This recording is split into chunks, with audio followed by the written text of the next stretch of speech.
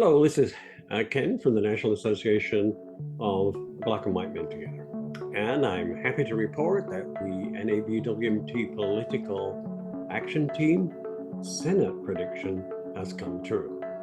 So you recall at the last NABWMT convention speaker, my husband and I predicted that the Democrats would win a majority of 51 to 49 Senate seats. So this came true as gratefully Warnock beat Walker in Georgia, giving the Democrats this 51st seat. And we thank the team for helping us point out candidates' policy that align with the values of the NA. Warnock used the cadences and languages he honed as the senior pastor historic Ebenezer Baptist Church to ask Georgia voters to rise above the acrimony and division of Donald J. Trump's politics. He said, quote, "Because this is America, because we have always had a path to make our country greater against unspeakable odds, here we stand together." Warnock wrote the provisions in the Inflation Reduction Act that capped insulin prices for Medicare patients. He also supported the vast Infrastructure Investment and Jobs Act, which boosted federal funding for Georgia's roads and bridges and the expanded child tax credit, the single largest tax cut for middle and working class families in America. The senator is one of three Black lawmakers now serving in the Senate. He will remain part of a stunningly small group of the more than 2,000 people who have served in the Senate. Only 11 have been Black. Mr. Warnock won with overwhelming support from Black voters who expressed disappointment and anger at what they saw as an effort to manipulate them to support a flawed Black Republican candidate who they believe had been selected because of his race by political figures who would dictate his actions.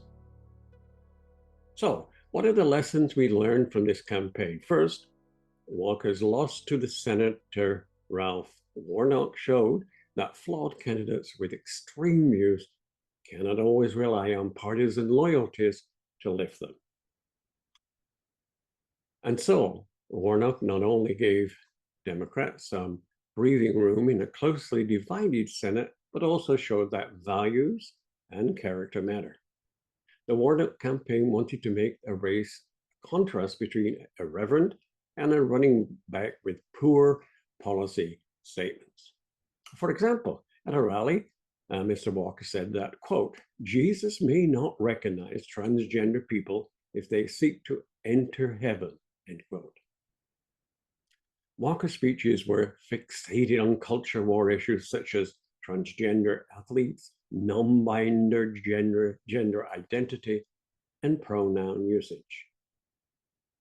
Georgia, again, will be a key state in the presidential map in 2024.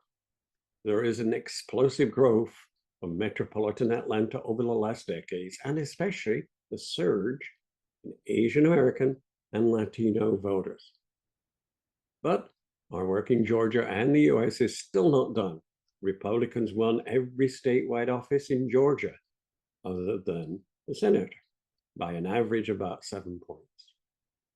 We must work hard to win the 270 electoral college votes in 2024. We must win every swing state in the Midwest, plus Nevada and New Hampshire, and keep Arizona and Georgia blue just in case. And the NABWMT should determine the policies of candidates whose policies align with the NA's value. And as an example, the Democrats have a durable coalition in Nevada, the core of which is unionized casino workers in Las Vegas.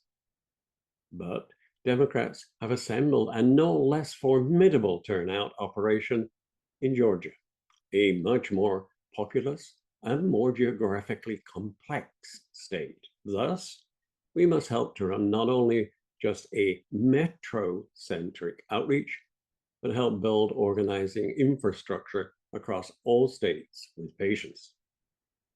Networks of organizers should stick together for years, building relationships across states and prioritizing local routes.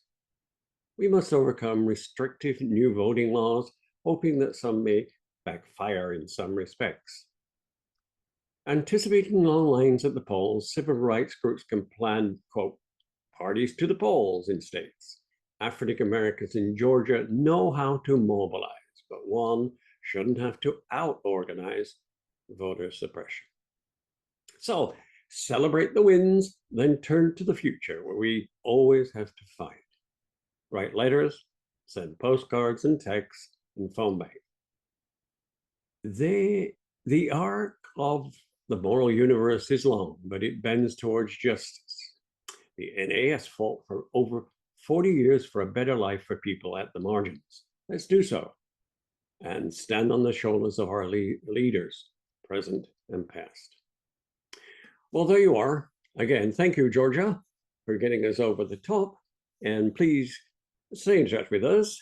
You can like, comment, and share our blogs, and also check in at our website, nabwmt.org, and you can email us at nabwmt.org. Also, our national convention next year will be in Atlanta. How's that? For a coincidence? I think not. Thanks for listening. Bye.